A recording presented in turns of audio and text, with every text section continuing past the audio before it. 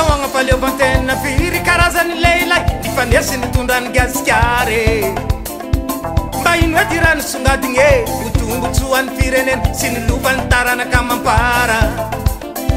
adila politiky ny famonoany zegny taritra ny fitiavan-tena no hita sy regny ombenombeny sy risy ny araiky ny eritreritra merigniny asyny gasikara rere atsike atsika zalatsy maojomoja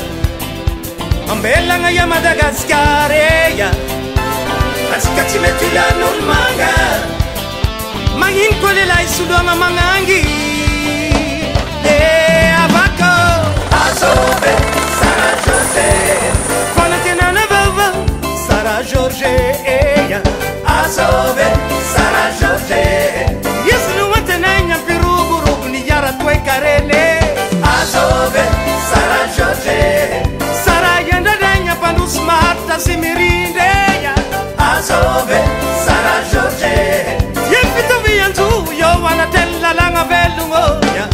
azove Saraha Georget ulubei tunda tikam tutulu yang na baba wizeya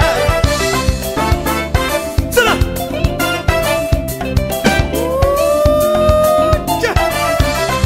malak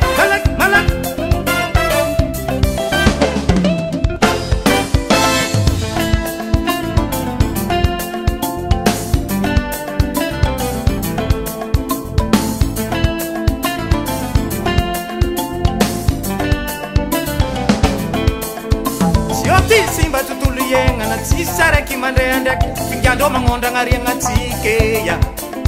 twetanda rosmi badibad makimanichi mafana be ndaki mafati ulo oya mati ni bibate tsandana ora mufati mikakarana mati kuchi tradanwe charni state fani palem kul mitumbu mangarakan bosu jabe mahanta mama kitangwe Andron'ny Miralenta aye mama tsara malaky arovoya malaky manangy malenzare amerigniny asyny gasikara